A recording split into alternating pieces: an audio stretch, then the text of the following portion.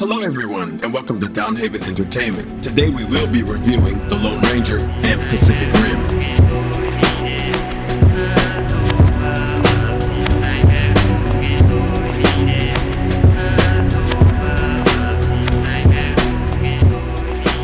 Well, now it's the Lone Ranger's time to shine, I guess. Can't really say I was looking forward to this movie, but here it is. Now let's get into the movie. The movie stars Armie Hammer. Excuse me, it's Armie Hammer. Oh, come on, you were thinking it. Armie Hammer. Not much to say about that character he plays. He gets the job done. He wasn't bad or spectacular, he was just there. To be fair, the script and the concept of the movie didn't really require much range to be displayed from the actor. Johnny Depp as a Native American. Okay, Hollywood, I'm tired of this whitewash issue still going on. Come on, it's 2013. Why not have a Native American play a Native American? What's next? Johnny Depp as Andre Combs in Boys in the Hood 2? Michael Fassbender as Desmond Miles in Assassin's Creed? That's actually a possibility. Oh, no. Oh, well... Okay, anyway, Johnny Depp was in this role. He was fun to look at as always, and I've heard people say that he was playing Captain Jack Sparrow. Now, I can definitely see the similarities. This was like Captain Jack Sparrow's long-lost Native American cousin.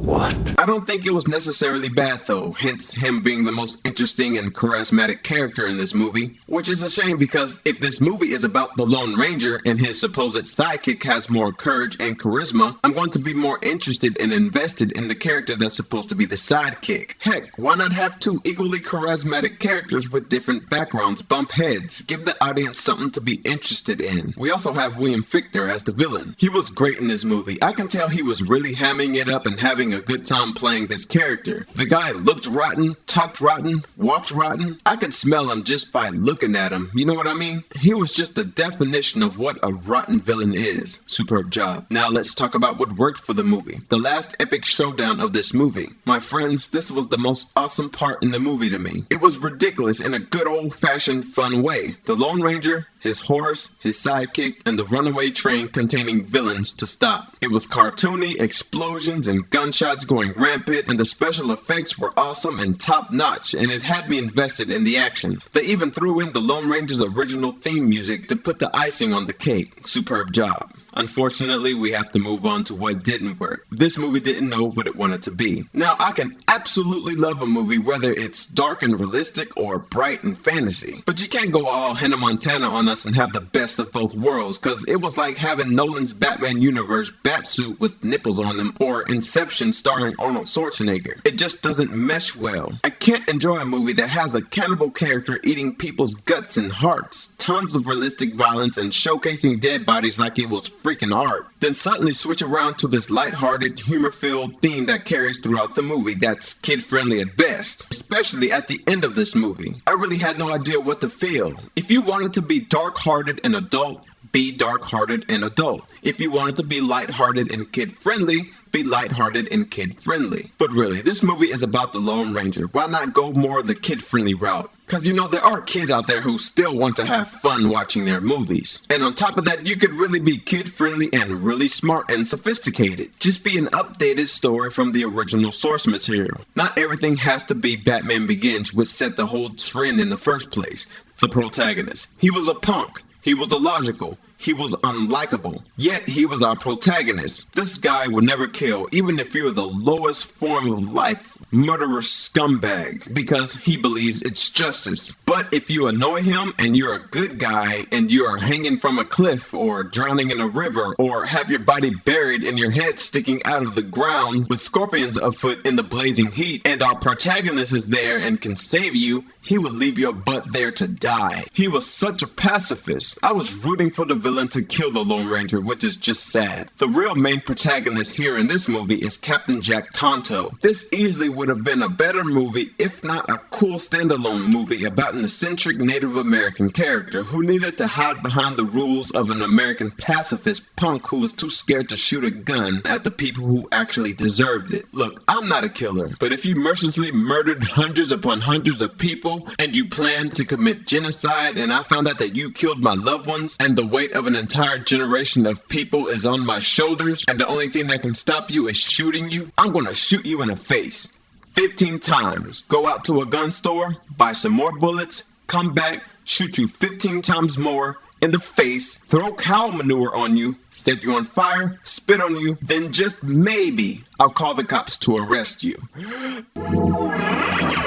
The Lone Ranger was lame. The length of the movie. The movie was way too long. This movie has a mediocre plot, sub-mediocre protagonist with a mediocre script. Why is this movie over 2 hours long? Now, if a movie has depth to it, if the movie has things in it that needs to be addressed to totally immerse you in the world the people behind the scenes are trying to set up, then yeah, 2 hours and over is welcome. This movie has enough plot that should and could have been covered up in 90 to 95 minutes tops. I remembered I was in the theater like, what is the point of this? I don't care anymore. What should me and my friends do after this movie? Kids actually have a point. Where do human babies actually come from? I'm gonna Google this. Ew, humans are gross. Crap, I'm out of popcorn. I'm gonna get a refill. Overall, I'm not happy with this movie at all. It could have exceeded my expectations, but it was below my expectations. It's fun and campy just as much as it's dark and sadistic. You can't have a funny Hitler movie based off true events. You can't have a Freddy Krueger character on a Nickelodeon kids TV program. It's ridiculous. Its plot was cliche and too long. Now, cliche isn't necessarily a bad thing. It can actually work for a movie to get the ball rolling. But this movie was going nowhere. The main protagonist was a punk and illogical. The sidekick was more interesting and could have had its own movie. And the only part of this movie that I guess felt like the old classic fun and adventurous Lone Ranger tales was at the end of the movie. So adding all of this up,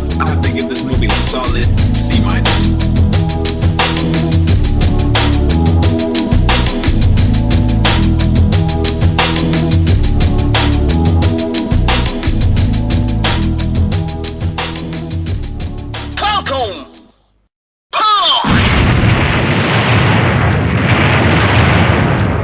Pacific Rim stars Charlie Hunnam. He got the job done. Charlie Day. I could not stand this character. Every time he's on screen, he was like, I know everything about these monsters. I don't know why. Listen to me. I'm a centric. I'm a centric.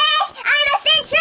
I'm a centric. I wish I could do that to his character. Idris Elba. Man, this guy is boss. Why is this guy not on Denzel Washington's status by now? This guy has presence on screen, and if they do a Justice League movie or a Green Lantern movie, this guy should be Green Lantern. Screw Hal Jordan. Grow some huevos and do an African-American Green Lantern. Anyway, superb job. Hey J.Quas. What's up? What's this chick's name? You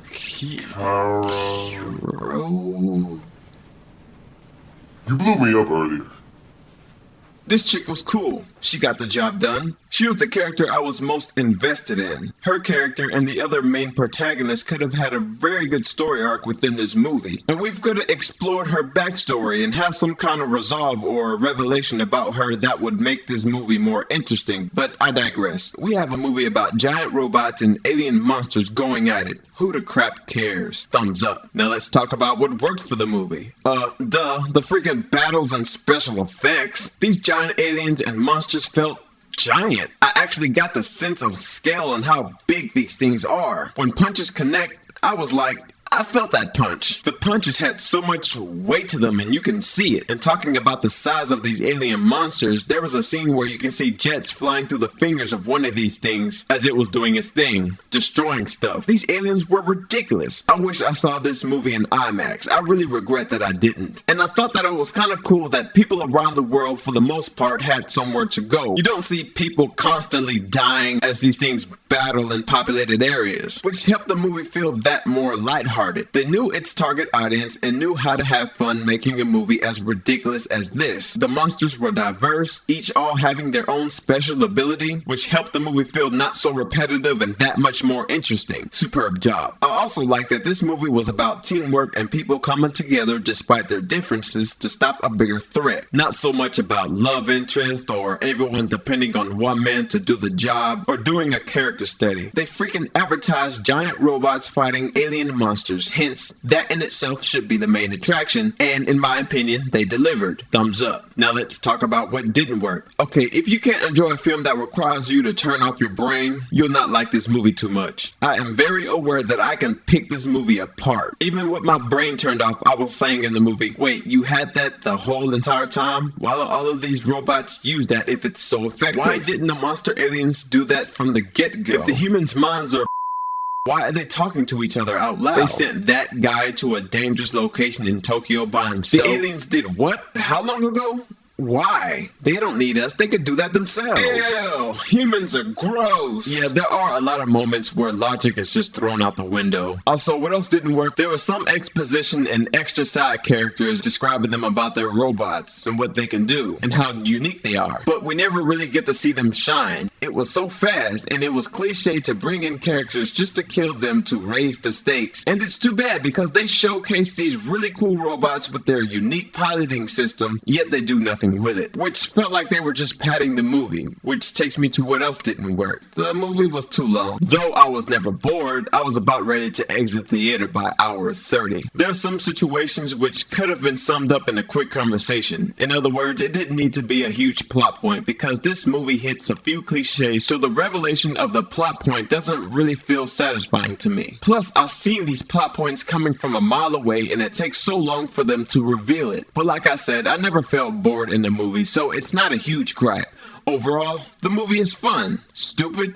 Yeah, kind of. Lame? Not at all. There's not much character development going on, so the acting was just actors doing their thing. Nothing too special, but they did do a good job. And again, the real attraction was the robots and aliens, and they delivered. And you do got a story going on here, so at least it gets the ball rolling, so it's not constant action. And there are a few plot holes. Yeah, no surprise. And why was President Obama shown in this movie? This never happened. This is a fictional world, not even based in our same logic. This isn't Zero Dark 30. But whatever. Anyway, this movie was its own thing, not based off a book or a sequel or adaptation. It knew its target audience and it delivered to them. So that in itself brings it up a notch in my grade book. So after adding all of this up, I have to give this movie a solid B+.